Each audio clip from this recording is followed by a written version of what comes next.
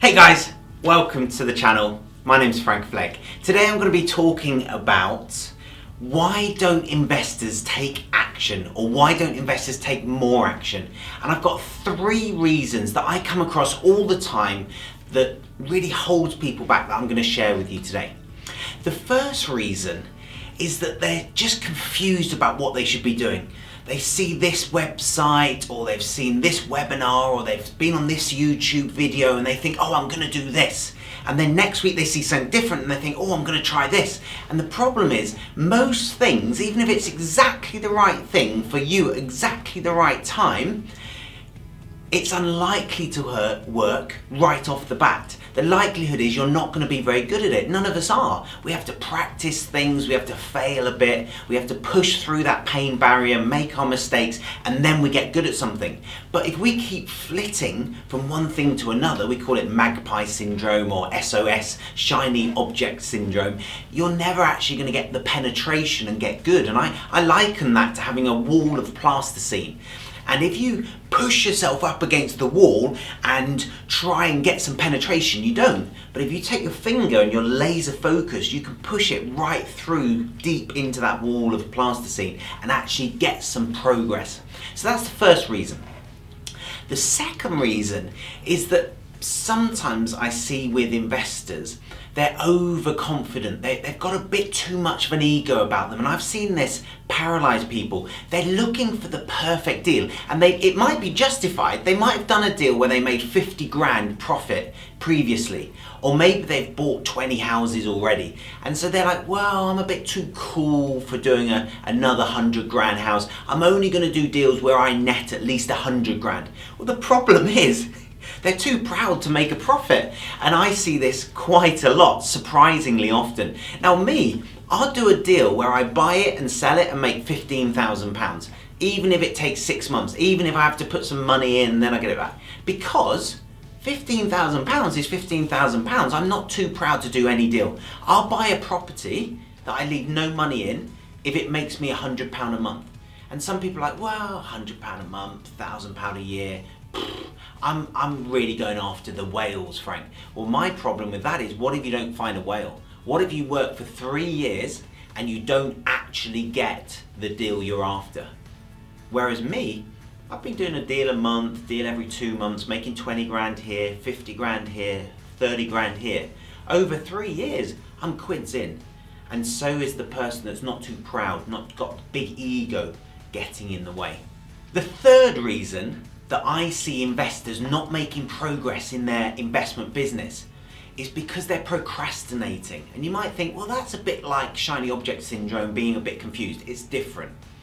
When I say procrastinating, I mean they're doing work, so they're actually busy, and I've got examples of people who I know get up early and work 5, 6, 8 hours a day in their property business. That's pretty intense for most property investors. But they're majoring in the minors. And that's a quote from Brian Tracy. Majoring in the minors is a baseball quote.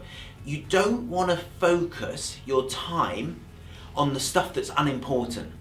It doesn't matter if you clear all your emails by the end of the day. I rarely clear all my emails by the end of the day. But I tell you what, I make sure I get back to the lawyers that are trying to complete all my deals for me. I make sure that all my vendors hear back from me. I make sure that any investors that have expressed an interest are hearing from me. I make sure that the major things get done and the minors play second fiddle. And I'm going to tell you a couple of metaphors about that. The first one, you've probably all heard it before, is you take your jar and that's your day or your week, and you put your rocks in it first. You fill the jar with rocks, and that is, I'm going to be doing my vendor marketing, I'm going to be doing my investor marketing, I'm going to make sure that I'm chain chasing my properties that are going through transactions, and whatever else is important for you.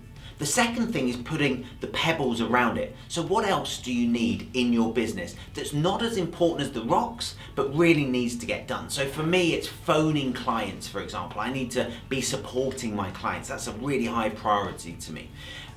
What else is it that needs to be done for you in your business? And then you've got the sand and the water that fit around everything else. So for me, emails fit around everything else. I can be doing those at 6 a.m, I can be doing those at 9 p.m. when the wife has got something on TV that I'm not really interested in. I travelled to London and back yesterday. I might be on the train just responding to emails, non-important emails that need to get done. Perhaps it's responses to our ads on Facebook or something like that. Things that I want to do, they're important, but if I do them 48 hours later, that's okay. Those are the minor things. Your glass or your jar is a good metaphor for your working week or your working day, and make sure you put in the important stuff, because here's the thing, if you fill it with sand and water at the start, you can't get any rocks in it, so the important stuff doesn't get done, but you feel busy, your jar's still full. And the other metaphor that I use, or the saying that we use in EPP, is MITs and PGAs, and if you focus on MITs and PGAs, you're going to do absolutely fine. Most important tasks, profit generating activities. If you focus on important stuff and profit generating stuff, you're going to fly in your property business. So those three, if you avoid those three reasons, confusion, shiny object syndrome, running from one thing to another, being too proud to do small deals, being too arrogant, swallow your pride, do whatever deal makes you money, and finally, don't procrastinate. Don't kid yourself that you're busy, that you're working hard, when actually you're on the treadmill and you're not getting the important stuff done. And if you overcome those three obstacles to success, your property business will absolutely fly. Guys, if you like this episode, click the subscribe button, hit the notifications bell, and I will see you very soon.